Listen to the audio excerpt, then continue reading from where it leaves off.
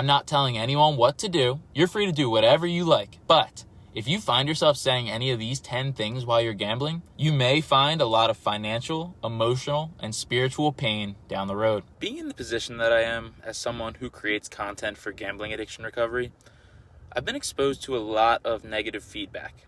Now, some of this negative feedback, it comes from people who are using it in a way to gain validation or attention and make jokes. So we call these people trolls. However, a pretty good portion of the negative feedback is coming from people who are simply convinced that gambling is a good thing, or they view it as their only way to get out of a bad situation, a situation that was often caused in part by gambling. Today, I'm going to look at 10 common and false gambling quotes that people use in order to justify their gambling habits that I've come in contact with so far, and break down why thinking these things can lead to a prolongation of the pain that you feel from your gambling addiction. I've structured this video so that the quotes get increasingly more ridiculous as we go, so be sure to stick around until the end of the video to hear the quote that I run into pretty much every single day that keeps people going back to the bet.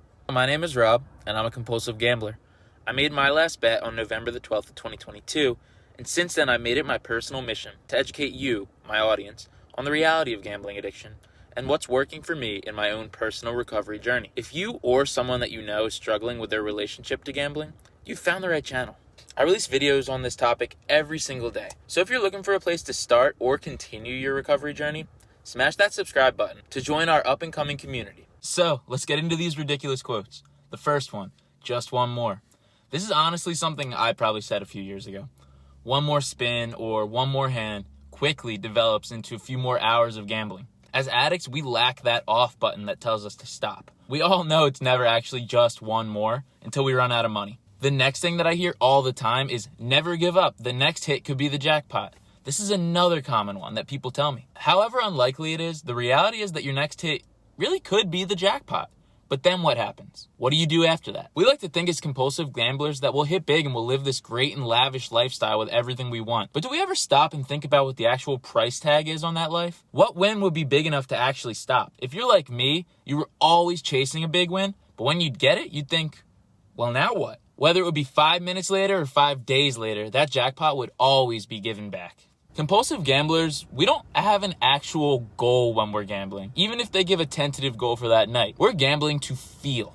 So a jackpot just allows us to continue to feel for longer. You won't stop if you hit that jackpot. The next thing I hear is, I'll stop when I get even. A lot of people view gambling as the only way to make money quick. Honestly, as I was writing the script out, I could kind of understand where they're coming from. I can see how ridiculous of a belief it actually is as well, but I get it. I was there once. As compulsive gamblers, we view gambling as a way to get rich quick, but we're often saying that as we're chasing losses just caused by gambling minutes before. If you got yourself into debt by gambling, it's actually insane to think that gambling more will lead to a different outcome. But we do think that when we're in action. Now, also ask yourself, in the event that you actually get even, will you stop? Because I broke even quite a few times in the beginning of my gambling.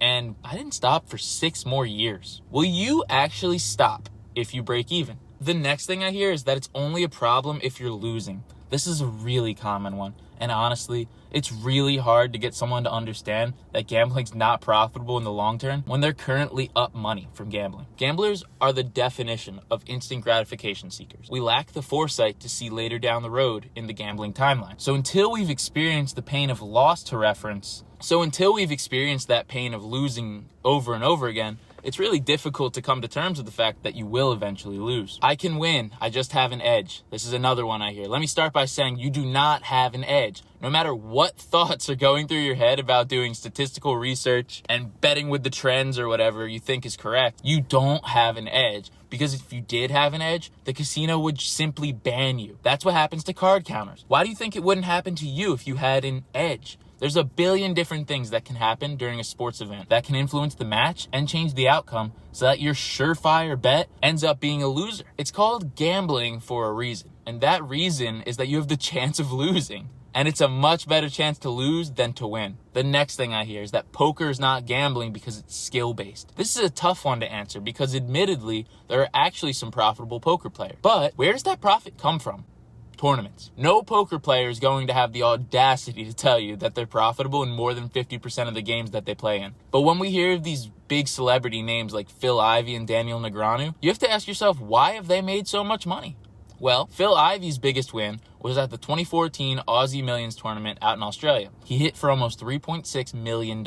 These players are ending up profitable because these huge tournaments, which average gamblers do not participate in due to the large buy-ins, are funding the rest of their games. Poker is gambling, and you will lose more often than you'll win. If you're playing with Phil Ivey and the pros, you have a chance to have those wins be more impactful, not if you're playing at the 1-3 table in Atlantic City like the rest of us. The next thing I hear is that sports betting is not gambling because you can do research and find an edge. As a society, we've completely lost touch of what is skill and what is luck. We've been conditioned to think that our knowledge of the past results of sports events will give us some sort of edge over the house in the next game. The reality is that casinos invest billions of dollars every year into research and equipment to mathematically nail each and every game they offer a line on. I can say with absolute confidence that your knowledge of the number of rebounds that Nikola Jokic had in his last game does not come close to stacking up against the insights that a casino will get by paying millions of dollars to have math geniuses simulate and account for everything that's ever occurred in the life of Nikola Jokic to get that number. You don't have an edge. If you gamble, you're going to lose in the long term. The next thing I hear is that there's winners and there's quitters. There seems to be this idea that continuing to gamble is the only way to not be seen as a quitter, though I have no idea who would make fun of you for quitting something that hurts your life overall, except maybe internet trolls if you make content specifically about it, like some of us do. There seems to be this idea that you need to continue to battle as the underdog against the house to come out on top, or you're some kind of failure. It's strange because nobody would ever say that about drugs or alcohol. Nobody would logically make the statement that they couldn't quit a substance that was ruining their health, finances, relationships, and intellect because someone would tell them that they were a few drinks away from hitting it big time. We'll see a gradual transition in society's understanding of gambling addiction, but at this moment, it just isn't seen with the same seriousness as other addictions. And that's why we have to put up with internet trolls. I can tell you with 100% certainty that if gambling is a negative on your life, then quitting it is the best decision that you could ever make.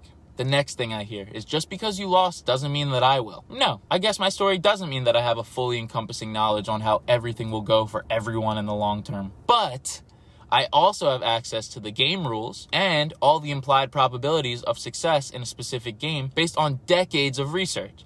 So, buddy, just because you have 10 wins and 8 losses on FanDuel this week doesn't mean that you're going to be any better off in the long term than I or anyone else who has ever gambled was. Each game and each bet that is offered by the casino has been mathematically designed and calculated to lead you to losing in the long run. I'm sorry I had to break the bad news to you. Now, before I tell you the last quote I hear entirely too often, please drop a like on this video and leave a comment telling me what kind of ridiculous things you hear or even said that keep people gambling. So, here it is, the absolute worst of the worst. 99% of gamblers quit before they win big. This is indescribably stupid, but it's something that I run into every single day. Now let's view this through two perspectives. First, what if you were actually about to win big? Well, as we touched on earlier, for compulsive gamblers, wins are just future losses anyways. And there's not a win that's big enough to satisfy us truly because we're gambling for that rush or to fill the urge to gamble. It doesn't matter if you're going to hit big because you are going to give it back eventually. The other way to view it is that you won't actually hit big. Think of all the hours and all the money you've sunk into gambling so far. Now imagine that you keep going for years longer under the impression that you can't stop because you were just about to hit big. You'll be like a mouse chasing a piece of cheese on a wheel and never actually get it. Then one day you'll look up and you'll realize that you've wasted years chasing after something that you didn't actually need and life will have passed you by. I don't want this for any of you. And is exactly why I make the content that I do. These are 10 quotes that keep people gambling. The reality is that all of us are playing the same games with the same set of rules, and we will lose in the long run. So that's all for today. Check out one of these videos that I've made, and let's keep getting better together, one day at a time.